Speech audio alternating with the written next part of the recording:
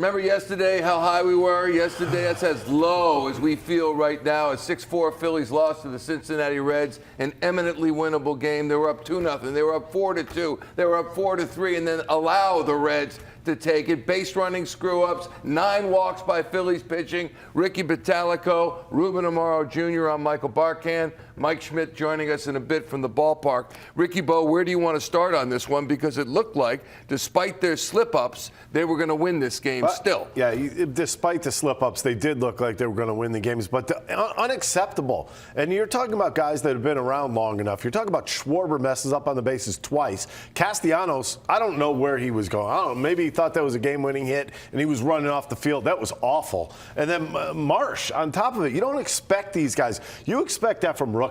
I mean, these are fundamental mistakes. And the other thing is, how about 9 walks by the Phillies?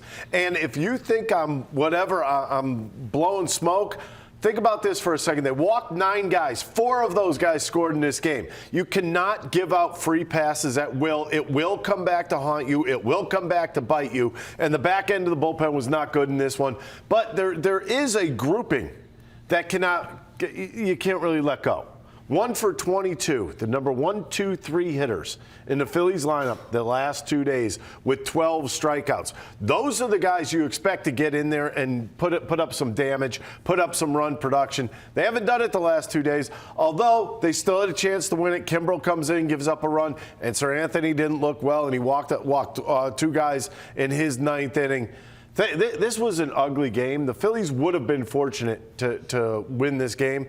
And I came down here, and they were still up going to the bottom of the 9th. I said they haven't played like they deserve to win this game. Yeah, Ruben, you said Cincinnati, book it, they're going to score, and they did. Yeah, and I think what happens is when you allow a team like this, it's really not sort of a lesser talented team. When you let them stay in the game this long, these are the things that can happen. And obviously, as Ricky pointed out, a couple of blunders that just cannot happen with a veteran type of a team. But again, when you start giving free passes, I was concerned right out of the chute because, you know, Taijuan Walker's a guy who throws nothing but strikes. 5 walks in his outing in 4 2/3 innings. That's a lot of walks. 8 walks in his last 2 outings. That's just not how he pitches. And when you start giving guys chances and you keep their lifeline, you know, out there, they can come back and bite you. And that's exactly what happened today. Let's go across the street right now, check in with the greatest third baseman to ever lace him up. 51 years after he broke in with the Phillies, it looks like he could still play right now, today. Maybe you should lace him up, Michael Jack.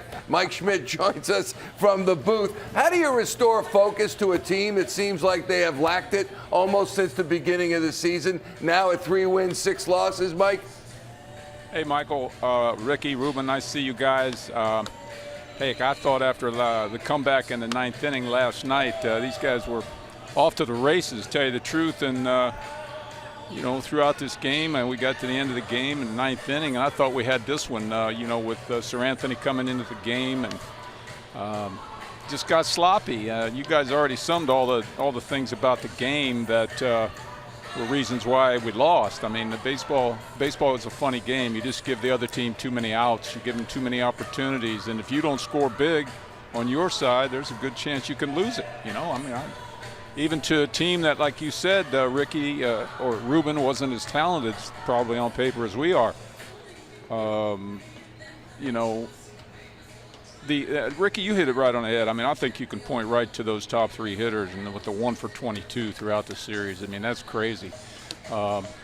And pedal to the metal, step on their necks, Ruben, whatever you think. Yeah, I mean, I think every one of our hitters are going to home plate trying to get a base hit, trying to, you know, score 10, 12 runs. But sometimes in baseball, it just doesn't happen. And again, it goes right back to all the mistakes we've made, the walks we've given up, 9 walks, like you said, Ricky. That's crazy, and just too many opportunities for the other team. The Kimbrel inning is a great example of an inning. Boom, boom, 2 quick outs and a walk and a double, and now all of a sudden a quick, easy inning turns into giving up a run. Hey, Michael, I'll switch channels here a little bit. Talk about those rings that you saw earlier today, and how different were they from the ones that you got in 1980? I'd say they're pretty sweet rings for, you know, for the pennant, Ruben. I'm not so sure that I know where my pennant ring is. I mean, we had one there in 1983. You still have yours. Were you with us in 1983, Ruben? You were I playing in the major boying. leagues. I was bat boying, but I did not get a ring. Oh, that's outrageous. I voted for you to get one. Thank Ruben. you. I know you did. Oh, unbelievable! Especially the little hinge door you open up and you find something inside there. That's pretty sweet. But you can't shake hands, you know. I mean, you want to wear your ring. I mean, I was lucky enough to get a 2008 ring, and it's on my shelf, you know, in a case, you know, like a trophy. Even though I didn't have anything to do with winning it, but I was very honored to have been given one by the Phillies. But no. It's just a contest now who can make the biggest, most expensive, best-looking ring. And, you know, let's hope we get another shot at the end of this year. They won't be able to lift their hands by that standard, right? I mean, if they win, can you imagine winning the whole thing? I hope they do. My goodness, they'll have to drag around their hands. Here, I'd like to shake. You know what? We're into so few games so far this season. I mean, we can dissect them as much as we can, but it's early. You know, a month from now, we probably won't remember these first 8 or 10 games. You're right. I hope you're right anyway, because yesterday was so great to watch them come from behind and win it in the 9th, and then to see the opposite, the exact opposite by this Cincinnati team. It's a crusher. Yeah. It really is. Michael, look forward to your golf tournament, man. I'm practicing up for it. Thank you. May 18th, Thursday, May 18th. Thank you, Michael Jack. Appreciate it. We'll see you there. Right. We'll be talking to you before that. Mike Schmidt. For sure. Great to see you, Michael. Sure. The great. Yeah, Mike, good to see you guys, too. Thanks, nice to be back. Bottom line, tomorrow, the Phillies start the second full week of the season. 3 wins to show for it. Here's Rob Thompson, postgame. Rob, 3 outs on the bases today. Yeah. We just see how, especially the 2 between third and home, and how tough is it in a game that ends up being a close one? Yeah, I mean, basically the story was we made some mistakes on the base paths and too many walks from our pitching staff. 9 walks, 198 pitches. You know, guys, as far as the base running is concerned, they got to run with their head up.